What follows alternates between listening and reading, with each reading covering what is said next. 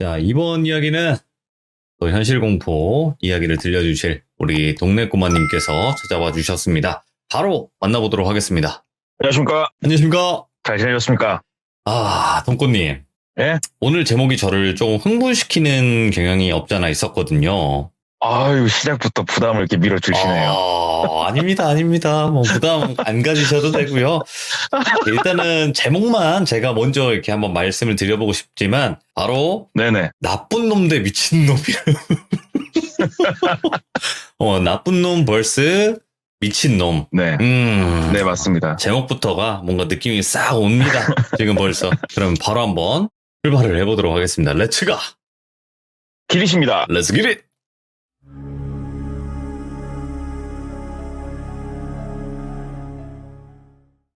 오늘 드릴 이야기는 중고차를 판매를 하는 저하고 또래 굉장히 친한 그분이 말씀을 해주셨어요. 그래서 이 얘기를 들으면서 저게 저렇게 되는 거구나. 그리고 많은 사람들이 어떤 나쁜 일을 당할 때 이래서 당하는구나. 여러 가지 것들을 조금 듣고 알게 되는 얘기여서 한번 가져와 봤는데 이 이야기 같은 경우에는 오래된 얘기 아니에요. 한 7년 전 얘기예요. 불과 7년 전에 일어났던 얘기고 그 인터넷에서 중고차를 검색을 해보시면은 이런 걸 보신 분이 분명히 있을 거예요. 이렇게 서로 부의를 하면서 자동차 앞에서 사진을 찍고 있고 맞아. 27살, 25살 무직, 신용상태 굉장히 안 좋으신데 전액 할부에 여유자금까지 대출 완료 해서 인증샷을 찍고 있는 사진들 간혹 보셨을 거예요. 있어요. 이거를 저희 업종에 있는 사람들이 그 사진을 뭐라고 표현하면 영정사진이라고 저희가 표현을 해요. 끝났다. 쟤는 인생 끝났다. 근데 그 생각을 한번 해봤어요. 저도 작년부터 법이 바뀌어서 정식으로 교육을 받고 대출 관련된 걸 중개할 수 있는 그런 사람으로서 생각을 해보면 도대체 왜 저런 어린 친구한테 신용도 좋지 않고 재산도 없는 친구한테 저 큰 돈을 뭘 믿고 빌려주는 걸까? 이해가 되질 않는다. 이 생각을 저도 많이 해봤었거든요. 그래서 이거에 관련해가지고 그 사람한테 물어봤죠. 이게 어떻게 해서 돈이 나가는 거냐? 어디서 나가는 거냐? 그랬더니 얘기를 해주더라고요. 그래서 이 이야기 같은 경우에는 천안보다 위에 지역에서 있었던 일이에요. 그리고 주인공의 이름을 그냥 똘비라고 표현을 한번 해보고 이 똘비는 중고차에 몸담고 있는 30대 초중반의 남성이에요.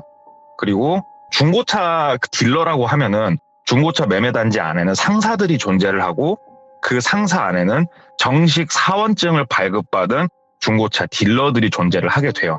근데 정식 사원증 없이 어느 정도 활동을 하시는 분들이 있어요.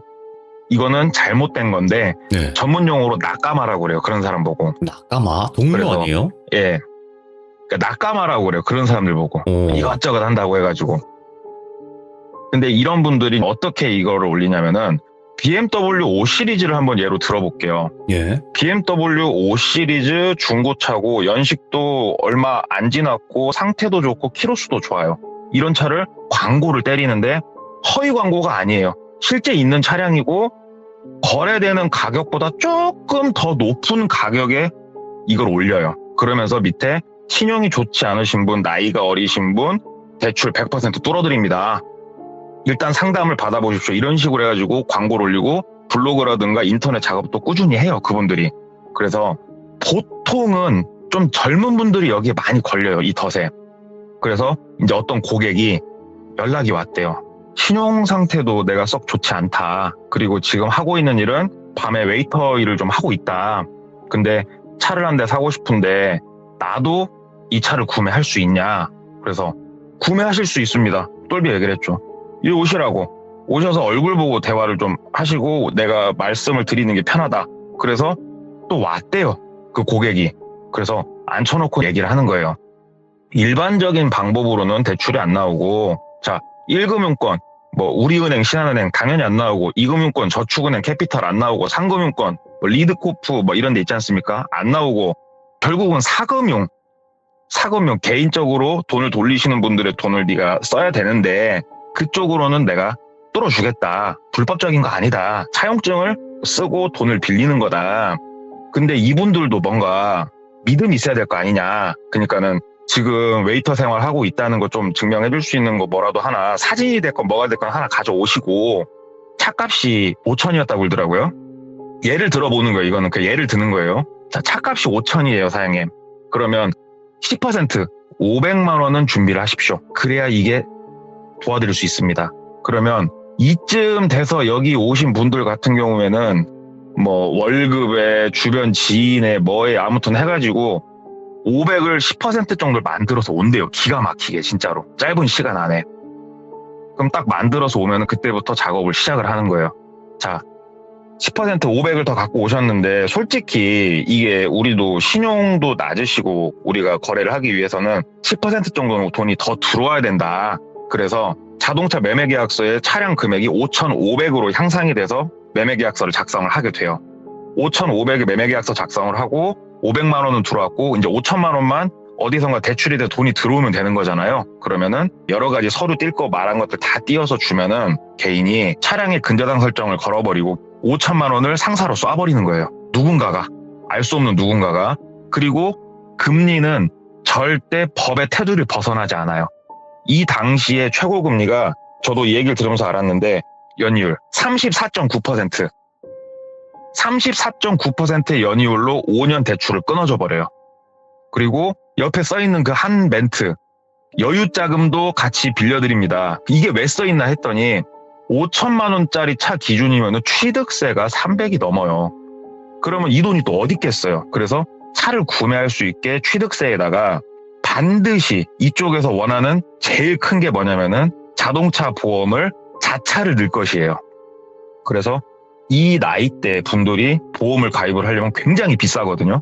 그래서 이런 돈들까지 다 뭉뚱그려가지고 대출이 들어오는 거예요.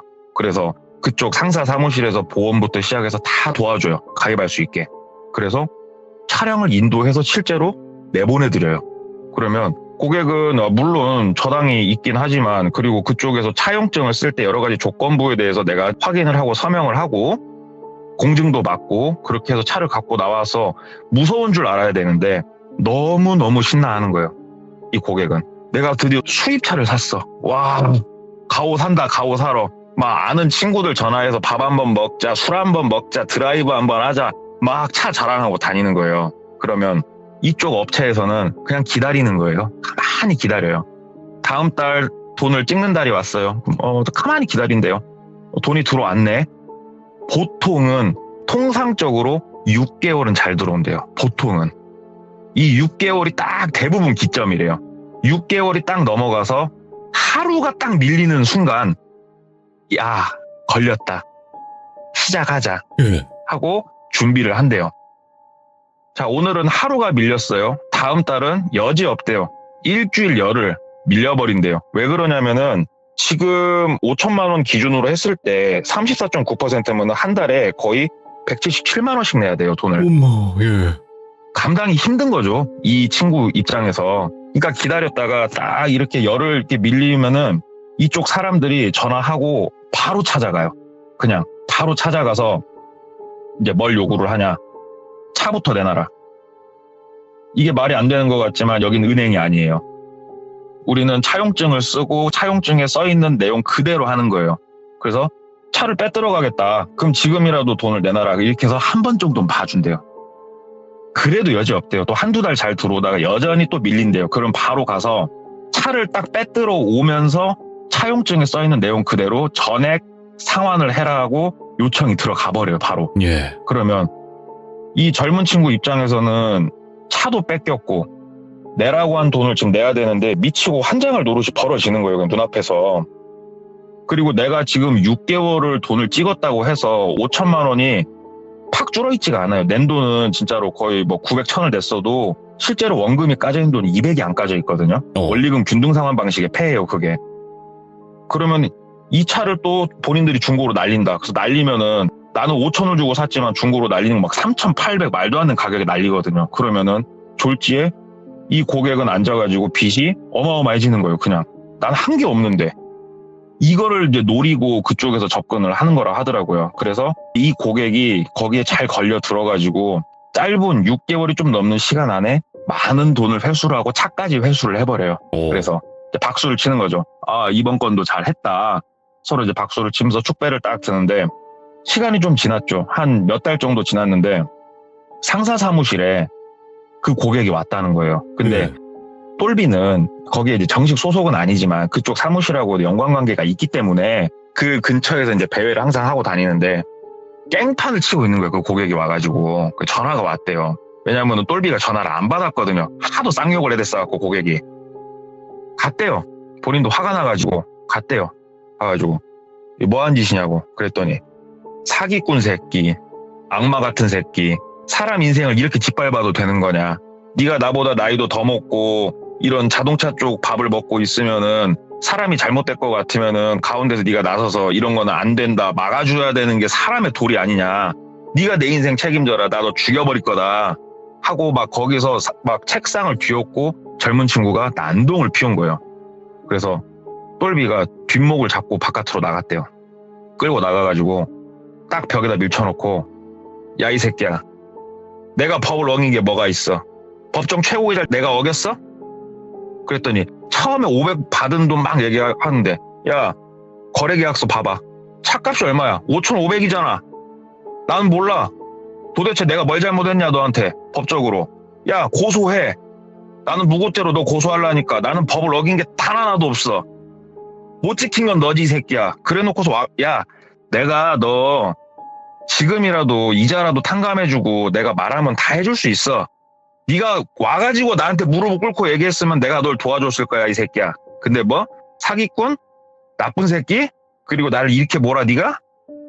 꺼져. 너는 인생이 멋대 봐야 넌 정신 차려. 너 같은 새끼들 하면서 막 윽박을 질러버린 거예요. 그러니까는 그 고객이 거기서 무릎을 꿇고 빌더래요. 살려주시라고. 나 이자만 좀 탕감해 주시라고. 원금은 내가 어떻게든 일해서 열심히 갚으려니까 이자 좀 탕감해 주시고 다시 내가 할부를 찍을 수 있게 도와주시라고 빌더래요. 근데 이건 불가능해요. 어차피 똘비 영역이 아닌데 그냥 한 소리예요 그게. 예. 나는 너 같은 새끼 도와주고 싶은 의사도 없고 처음부터 네가 그럼 무릎을 꿇고 나한테 빌든가. 에? 막 뭐라고 하니까는 울면서 또 가더래요 고객이. 그래갖고 됐다 이제 윽박 좀 질러놨으니까 괜찮겠지 하는데 또 한 1, 2주 지나니까 또 온 거예요 사무실에. 와가지고 승질을 냈다가 무릎을 꿇고 빌었다가 이거를 반복을 딱 3번을 하더래요. 딱 3번을 하는데 이상한 짓을 고객이 또 와서 하고 있는데 이제 똘비도 노이로제에 걸리죠. 진짜 왜 미친놈 하나 나타나가지고 내 일을 못하게 이렇게 방해를 하나. 근데 그날도 이제 막 윽박을 질러가지고 보내려고 하는데 고객이 그러더래요.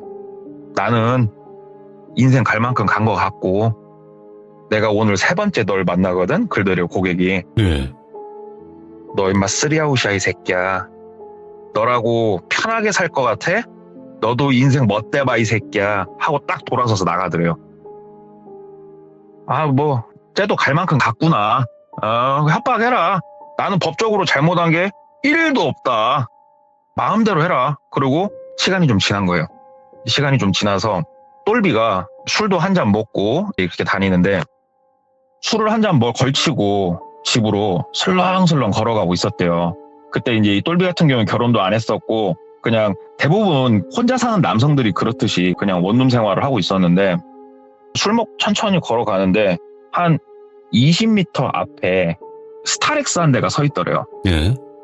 스타렉스가 한 대 서 있는데 이제 많은 분들이 이런 생각을 하실 거예요. 사람이 납치라든가 이런 일을 당할 때 왜 당할까?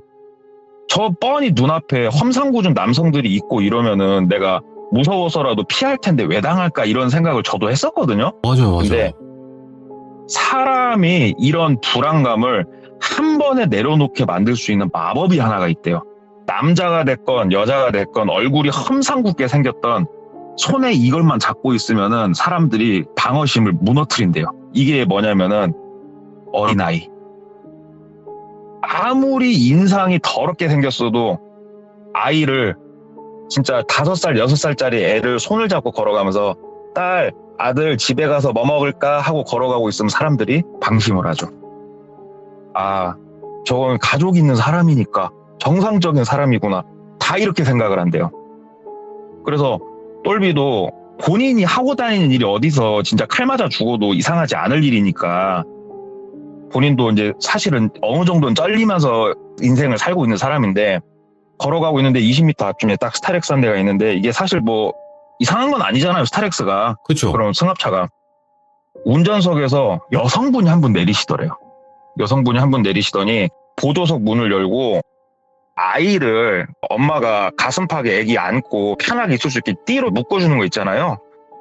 그걸 막 채우더래요. 그래서 어디 일 갔다가 아기 데리고 들어가는 길인가 보다 하고 쪼벅쪼벅 걸어가고 있는데 거의 그 스타렉스에 다다랐을 때 그 여성분이 말을 걸더래요. 저기 사장님 그러더래요. 그래서 네. 그러니까 정말 죄송한데 제가 아기도 안고 있고 하는데 차에서 박스 하나만 좀 빼야 되거든요.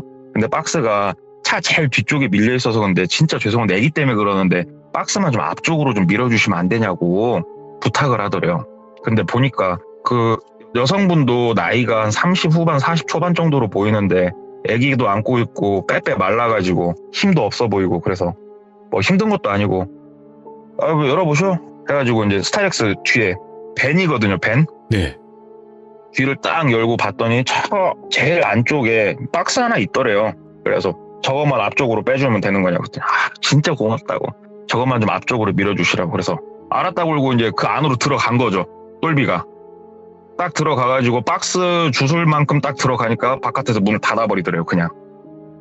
딱 닫는데 이게 벤 차량이다 보니까 운전석하고 뒤쪽은 완전히 쇠로 격벽이 쳐져 있고 창문도 다 막혀 있대요. 그냥. 근데 이게 튜닝을 한지 뭘 한지 모르겠는데 자기가 발로 차고 별 짓을 다 해봤는데 이게 뚫려지지가 않는데요. 문도 안 열리고. 그러니까 사람을 스타렉스에 납치를 할 때 남성 여러 명이 달라붙어갖고 갑자기 막 들어서 납치를 하는 게 아니고 본인 발로 그 차에 탈 수 있게 상황을 만든다고 그러더라고요.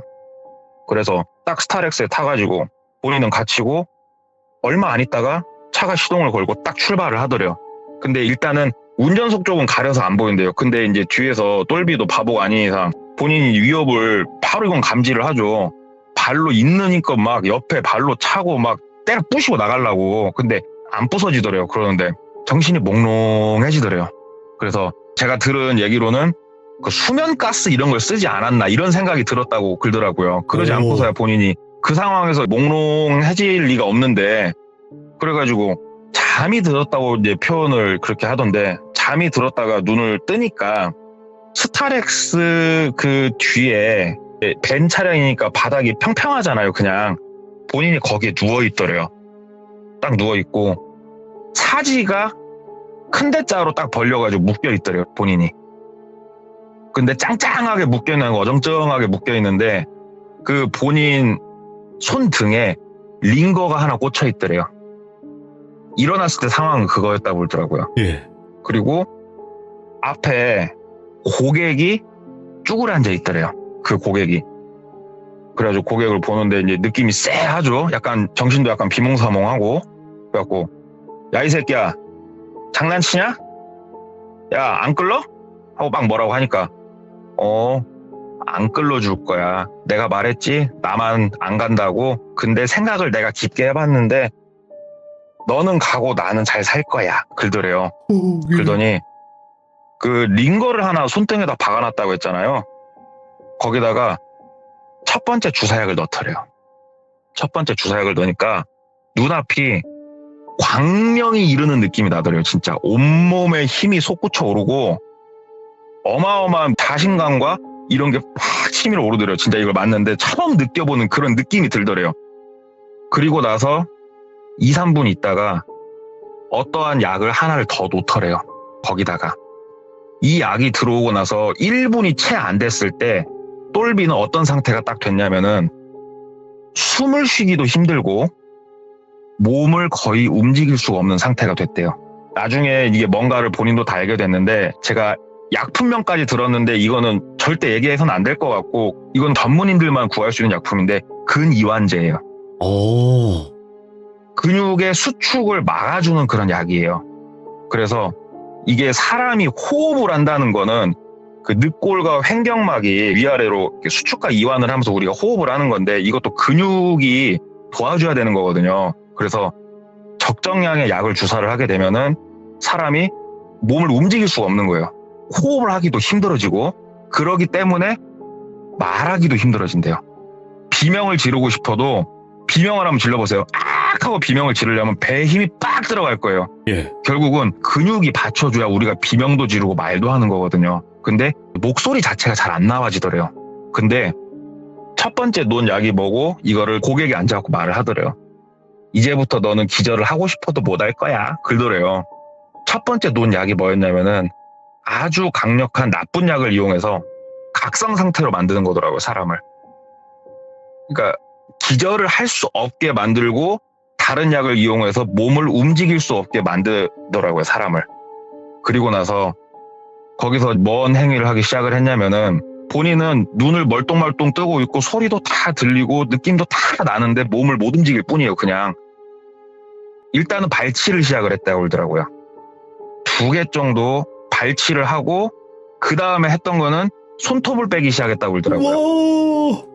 근데 이게 비명 소리도 지를 수가 없대요. 느낌만 내가 온전히 거의 느껴지는데 몸을 거의 움직일 수가 없대요. 이게 차라리 기절이라도 하면 좋겠는데 기절을 왜 못하게 했는지 알겠더래요. 근데 이게 정확히 얘기하면 고문이잖아요, 사람을. 진짜 못 살게 구는 거잖아요. 근데 나중에 이 사람도 시간이 지나고 생각을 하면서 알게 된 거죠. 예. 본인을 죽일 의사는 없어 보이더래요. 1도.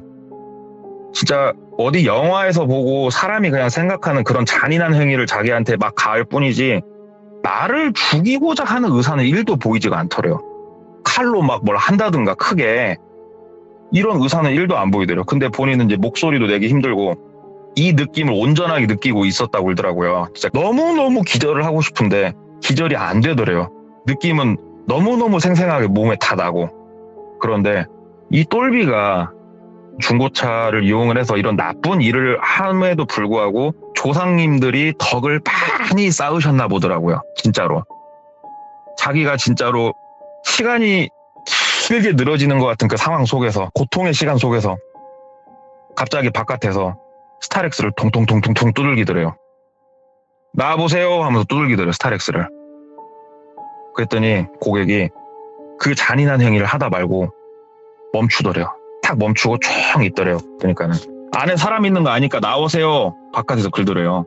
안 열었대요. 그랬더니 그 문짝을 빠루 같은 걸 이용을 해가지고 바깥에서 막 이렇게 밀어 뜯는 그런 소리가 나기 시작을 하더래요. 앞좌석 막 들어가서 뭐 하고. 그래가지고 결국 문이 열렸는데 바깥에 서 계신 분들이 누구였냐면은 한 6, 7명이 되는 경찰들이 바깥에 서 있더래요. 이게 진짜로 덕을 쌓았다고 밖에 말을 못 하겠는 게 이 스타렉스에 처음에 똘비가 납치가 돼가지고 이 고객이 운전대를 잡고 운전을 해서 교외에 진짜 한적한 곳으로 이동을 한 거였거든요. 근데 안에서 똘비가 이제 몸부림을 치기 시작했죠. 발로 여기저기 차고 본인이 잠들기 전에. 근데 그러다 보니까 스타렉스가 흔들흔들 하면서 가고 있는 거예요. 막. 근데 이거를 퇴근하던 경관분이 보신 거예요. 와, 대박이다. 그래서 오. 저 차 상태가 좀 이상한데 해서 이 경관분도 차 남바 조회를 지금 일하고 있는 당직자한테 부탁을 한 거예요. 저거 조회 한번 해봐라. 근데 남바가 없는 남바가 뜨는 거예요. 그러니까 이 번호판도 가짜 번호판이요, 다. 그래서 이거를 지금 본인은 퇴근한 상태고 혼자라서 어떻게 할 수가 없고 일단은 요청을 한 거죠. 이리로 와라. 내가 일단은 쟤를 따라갈 테니까 빨리빨리 출동을 해라. 그래가지고 스타렉스가 이제 어느 지역에 멈추고 그 다음에 경찰들이 어느 정도 모일 때까지 기다렸다가 오신 거더라고요. 그분들이. 딱 현장을 제대로 잡으려고. 그래서 문 열렸는데 고개도 못 돌리고 눈동자도 잘 안 돌아간대요. 근데 이제 대화 소리는 들리니까 아, 경찰이 왔구나. 살았구나. 그래가지고 거기서 똘비가 병원으로 실려가고 그 고객은 연행이 돼갔다고 그러더라고요. 그래서 그 차 안에 있는 이런 거 저런 거 이제 경찰분들도 조사를 하시고 어느 정도 나온 게 뭐였냐면 결국은 이 고객이 본인이 이런 모진 일을 겪으니까 그 생각을 했다고 그러더라고요. 우리가 이제 그런 말 하지 않습니까? 내가 장기라도 팔아서 갚을게. 아. 이런 말을 하죠. 그래서 본인의 콩팥을 떼서라도 이거를 해방되고 싶었었나 보더라고요. 그 고객분께서. 그 정도로 고통의 시간이죠. 그래서 그쪽을 막 알아보기 시작을 했대요. 한 큐에 끝내자. 막 알아보기 시작을 하는데 이게 쉽게 접할 수는 없다고 그러더라고요. 우리가 이렇게 인터넷이나 이런 거 보면은 뭐 어디 뭐 터미널에 뭐가 써있네 어쩌네 그러는데 이게 생각보다 쉽지는 않다고 그러더라고요. 근데 목마른 자가 우물을 판다고 그렇게 열심히 뒤지고 다녔더니 그런 일을 하시는 업체하고 컨택이 된 건데 얼굴을 대면을 한 적이 없대요. 일단은. 근데 이게 내가 콩팥을 빼겠소. 이거 나 마취하고 배 열어서 빼가쇼. 이렇게 할 수 있는 그런 게 아니잖아요. 본인이 생각하는 것보다 시간도 길고 복잡하더래요, 이게. 그런데 이쪽 업체에서 이제 또 이 고객도 막 얘기를 했을 거 아니에요, 자기 상황을. 그랬더니 그러면 네가 필요한 돈이 지금 얼마냐. 그랬을 때 차도 뺏겼고 나머지 돈 뭐 더하기 빼기 해봤을 때 한 1200인가 300인가를 또 내야 되는 상황이었거든요. 이 고객이. 이 정도 액수가 일단은 필요한데 복수도 너무 하고 싶다. 그러니까는 그쪽에서 그러면은 너는 굳이 네 장기를 뺄 이유는 없지 않냐. 그러면은 똘비 거를 네가 가져올 수 있겠냐. 얘기를 하더래요. 그래서 이게 뭐냐 그랬더니 아니 말 그대로다. 다만 일이 중간에서 잘못됐을 때 모든 책임은 네가 지는 건데 해볼 의향 있냐. 그래서 본인은 얼굴 한번 보지 않고 해보겠다. 그래서 또 없는 형편에 어디서 빌려가지고 300만 원을 또 그쪽에 송금을 하고 그랬더니 진짜로 스타렉스랑 그 나쁜 약과 주사약들 있잖아요. 그거 보고 레시피라고 얘기를 한다고 그러더라고요. 레시피를 다 알려줬대요. 레시피를 다 알려주고 그 한적한 곳에서 네가 하고 싶은 행위는 다 해라. 다만 장기가 다쳐서는 안 되고 죽어서도 안 된다. 네가 이걸 어기면은 네가 대신 그 자리를 채워야 된다. 그래서 고객이 죽일 생각이 1도 없어 보였던 거더라고요. 그래서 거기서 나쁜 짓을 본인이 하고 싶은 만큼 분을 푼 다음에 연락을 취하면 그쪽에서 와서 그 스타렉스 차를 가지고 떠나는 거예요. 돈을 입금을 해주고. 그러니까는 잡히긴 잡혔는데 고객이 이 나쁜 업체 사람들이 누구고 뭔지를 알 수가 없대요. 차 번호판도 가짜, 차대 번호로 조회하려고 해도 말소된 차, 아무것도 알 수가 없더래요.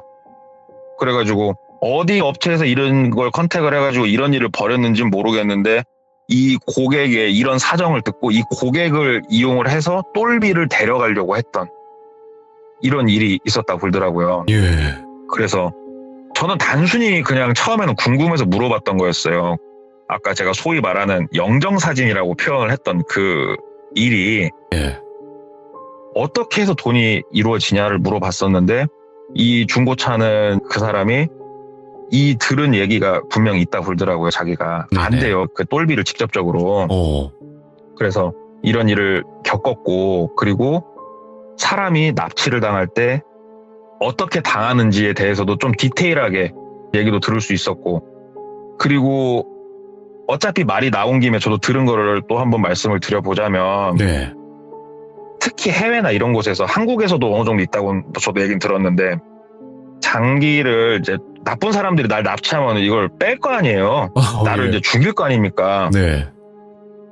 내가 합법적으로 아버지가 몸이 편찮으셔서 뭔가 이식 수술을 하려고 해요. 그러면 정상적으로 내 몸에 뭔 약을 먼저 처음에 넣고 마취도 하고 또 나를 살려내야 될 거니까 이식 수술하고 예. 그렇게 이루어지지만 거기에 끌려가서 작살이 날 때는 아까 말씀드린 근유환제 있죠. 예. 그것만 논다고 그러더라고요. 저한테는 알려주신 약이 있는데 이걸 말씀드리면 네. 또 어떻게 될지 모르는 거니까. 그 약만 거의 이용을 한다고 그러더라고요. 예. 그러면은 사람이 멀쩡하게 다 느끼는 상태에서 그런 행위들이 일어나는 거 아니에요? 쉬운 얘기로 본인 의식이 끊어질 때까지. 그쵸. 그걸 들으니까 진짜 막 소름 돋는 거예요. 오. 그래서 착하게 살고 그런 류의 근처는 가지도 말고 너한테 진짜 억한 마음 살 일도 크게 하지 말자. 아. 좀 이제 그런 생각을 할 수 있는 얘기를 좀 들었는데 오늘 와. 내용은 좀 막 무섭고 스펙타클 하다기보다 진짜로 좀 주변에서 일어나고 있는 우리 귀족님들도 이런 거에 방심하지 말고 좀 조심하셔라 라는 취지로 한번 얘기를 가져와 봤어요. 아니, 우리 주변에서 이런 일이 일어나고 있다는 거죠. 그쵸. 저도 그냥 처음에는 이런 진짜 사람이 뭘 빼가고 이런 얘기를 듣고자 그 중고차는 그 사람한테 물어본 게 아니었어요, 진짜로. 네네. 저는 그 V를 그리면서 어떻게 저 사람한테 대출이 될 수 있지가 궁금했을 뿐이에요, 처음엔 저도. 근데 야. 결국은 이어지고, 그래서 제가 아까 제목을 대출해준 사람을 전 나쁜 놈이라고 표현을 했고, 그 대출을 받아서 이런 식으로 또 메꾸려고 했던 미친놈, 고객, 미친놈이라 생각을 했고, 그래서 나쁜 놈 대 미친놈이었어요. 야, 이거는 그러니까 충분히 있을 수 있는 일이에요. 왜냐면 일단 돈꽃님의 이야기가 어떤 분들은 간혹 그래요. 아, 이게 무슨 말도 안 된다, 이런 일이 어딨냐, 살기 좋다, 이러신 분도 있는데, 여러분들이 생각하는 것처럼 세상은 아름답지 않습니다. 진짜로. 아니 저도 진짜로 이렇게 주변을 이제 물어보고 다니는 게 좀 습관이 됐어요. 처음에 제가 시들모 참여했을 때는 무서운 얘기 없어요? 이런 질문을 하고 많이 다녔거든요. 네. 지금은 질문을 좀 바꿨죠. 살면서 이상했던 일 없어요? 이쪽으로 좀 바꾸니까 얘기들이 막 나와요. 질문을 바꿔야 되더라고요. 무서운 얘기 없어요? 그럼 다들 귀신을 생각하더라고요. 제 질문을 듣는 사람들이. 맞아요. 근데 뭐 살면서 좀 이상했던 일 없었어요? 시겁했던 일 없었어요? 이렇게 질문을 바꿔보니까 이야기들이 툭툭 튀어나오더라고요. 근데 진짜로 돈꽃님께서는 또 현실 공포를 널리 알리는 데 있어서 정말 큰 앞장을 서고 계십니다. 그러니까 앞으로도 그 질문 전환을 더 한번 꼬아서 한번 해보세요. 아니, 사람이 무섭지 않나요? 이러면서 왜? 이러면서, 사람이 무섭잖아요. 그러면 이제 사람 무서운 이야기를 꺼내실 거 아니에요? 근데 영업을 하시는 분이라면 불특정 다수한테 많이 느낍니다, 진짜로. 생각보다 진짜 많은 분들이 진짜로 멀쩡하게 회사 다니시는 분들, 공장 다니시는 분들 되게 멀쩡해 보시는 분 많죠. 많은 사람을 만나다 보면 실제로 아, 되게 정상인인데 정상인이 아닌 사람들이 많구나를 진짜 알게 돼요. 맞아요. 저도 익히 제 친구한테 들어서 알고 있습니다. 제 친구도 이제 그런 일을 하는데 인류애가 점점 없어지고 있다, 이렇게 얘기를 하더라고. 아무튼 오늘 공감합니다. 동네 꼬마님 너무너무 감사드리고, 앞으로는 좋은 소식만 들려주시면 참 좋긴 한데, 이게 또 동네 꼬마님의 업이에요. 감사합니다. 감사합니다. 네, 고맙습니다. 그치. 근데 항상 그랬어요. 동네 꼬마님이 얘기한 게, 아니 저게 진짜 있어? 했는데 뉴스에 나오고. 그러니까 세상은 진짜 여러분들이 보는 것만큼 아름답진 않고요. 정말 소름 끼치는 일들은 지금도, 우리가 지금 방송을 듣고 있는 이 시간에도 벌어지고 있습니다. 그러니까 항상 조심하는 그 마음을 가지고 항상 또 경계를 하고, 조심해서 나쁠 건 없다, 이렇게 생각을 하고 있습니다. 시청해주신 모든 분들 감사드립니다. 고맙습니다.